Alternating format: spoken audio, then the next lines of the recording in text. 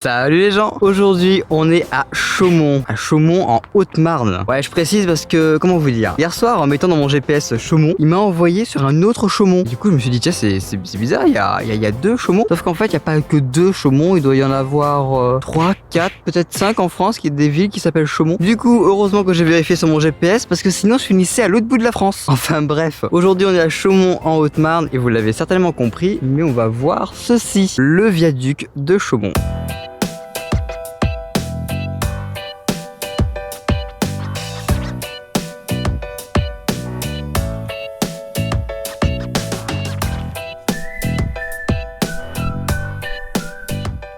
De 3 précisions sur le viaduc de Chaumont, il fait 600 mètres de long pour 52 mètres de haut, il compte 50 arches et surtout, petite précision très importante, vous allez le voir, mais tout en haut du viaduc il y a une voie ferrée. Ah, vous allez voir, quand je vous disais, il y a un train qui passe. Et une voie ferrée qui est assez importante tout simplement parce qu'elle relie Mulhouse à Paris. Et du coup cette voie ferrée était tellement importante que pendant la Seconde Guerre mondiale, les Allemands ont détruit une partie du pont, tout simplement pour bloquer le ravitaillement de Paris. Les ponts malheureusement en France pendant la Seconde Guerre mondiale, il y en a eu beaucoup qui ont été détruits. Et celui-ci, elle a été juste partiellement sur je crois une ou deux arches à tout casser, c'est le cas de le dire d'ailleurs. Évidemment vu qu'il est très important, il a été très vite reconstruit juste après la Seconde Guerre mondiale. Et dernière précision, je vous ai pas donné l'année de construction, il a été construit en 1856 et a nécessité 15 mois de travaux et plus de 2500 hommes et 300 chevaux pour construire ce viaduc de 600 mètres. Et ben fallait vraiment en vouloir hein. Bon, je vous aurais pas filmé grand chose du viaduc. Bon, après, ça reste un pont. Donc, au final, c'est à chaque fois la même chose. Vous voyez, oula, ça résonne ici. Enfin, bref, c'est 36 000 fois la même chose. Du coup, forcément, je vous ai pas fait 36 000 plans. On va bouger. Mais avant d'aller à notre prochaine destination, à notre prochaine visite, si je ne me trompe pas, c'est un château fort. Mais juste avant, faut que je fasse 2-3 courses parce que ça commence à devenir ric-rac. Il serait bien de faire un petit peu de réserve. Voilà. Faisons des réserves pour l'hiver. On est en septembre, on a le temps.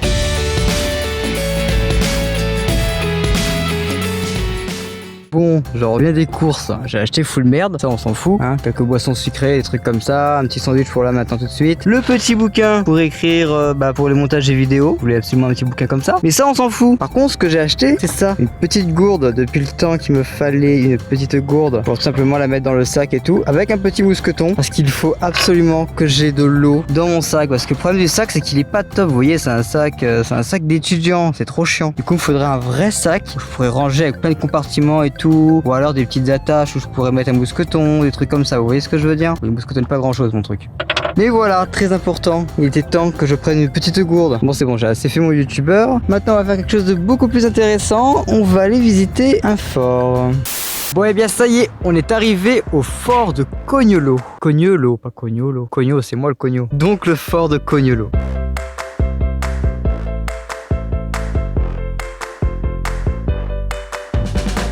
Bon, je viens de faire le tour et je crois qu'on a un problème, c'est cadenassé. On voit quand même que c'est bien entretenu, donc il y a moyen d'y accéder. Non, parce que là, il est 16h et certes à l'entrée, j'ai vu que c'était verrouillé, mais quand même. On n'est pas dimanche, on n'est pas un jour férié, on est mardi, je comprends pas. Bon, je vais me renseigner sur internet si ça se visite, je vais me renseigner et je reviens vers vous, ok?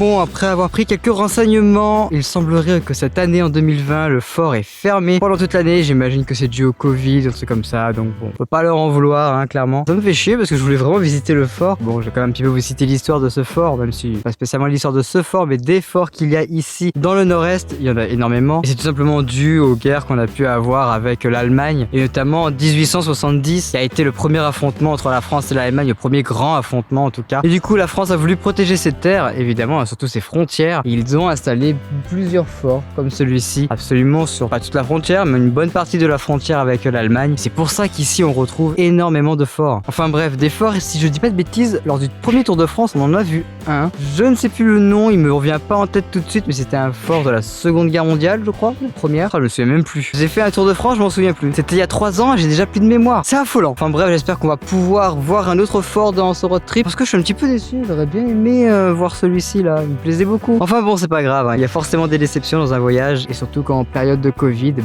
malheureusement, il y en aura plus que prévu.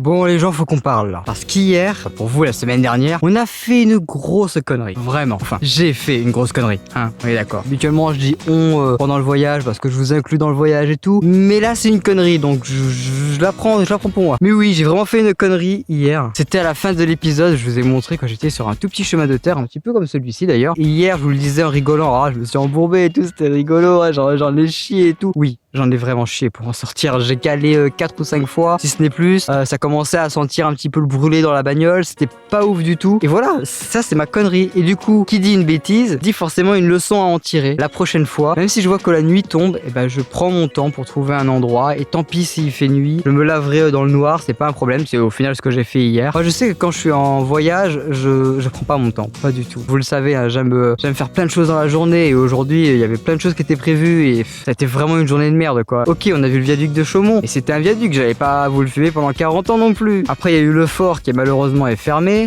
Enfin bref, ça a été une journée très compliquée. Et vu que hier, j'ai maltraité ma voiture, il est temps de se faire pardonner auprès d'elle. On va un petit peu la bichonner. Parce que c'est quand même grâce à elle si on peut se promener partout. Bon, de temps en temps, elle tombe en panne, mais c'est toujours de la faute du conducteur, c'est bien connu, c'est jamais de la faute de la voiture. Du coup, on va la bichonner, lui dire qu'on l'aime et on va un petit peu l'entretenir. Elle mérite d'être choyée quand même. Bon, du coup, première chose, la pression des pneus. Petit compresseur à air avec un port allume-cigare. Toujours bien pratique, vous le connaissez, je l'utilise assez souvent. C'est un très très bon matériel. Du coup, pression des pneus. Alors, je sais pas si vous allez en rendre compte, mais on voit que le pare-brise, il est hyper crade, comme toujours. Je sais pas ce qu'ils ont les insectes à vouloir se splatcher contre mon pare-brise là. Les gars, vous pouvez vous splatcher ailleurs en fait. C'est pareil, hein, en parlant d'insectes. Cette trace-ci là, eh ben, c'est une libellule. Et en fait, la libellule a été devant sur la route, en stationnaire. Je l'ai vu arriver, je l'ai vu foncer vers moi. Franchement, les insectes, vous êtes relous, hein. Bon, bah maintenant, je suis bon pour nettoyer mon pare-brise, hein. Bon, j'ai pas de chiffon pour nettoyer mon pare-brise. Du coup, on va utiliser un caleçon sale. Mais en vrai, il est propre parce que ça va, je l'ai passé à l'eau et tout et ça va, me jugez pas non plus. J'ai rien d'autre que ça. Et puis il faut que j'lave mon pare-brise aussi, j'y peux rien.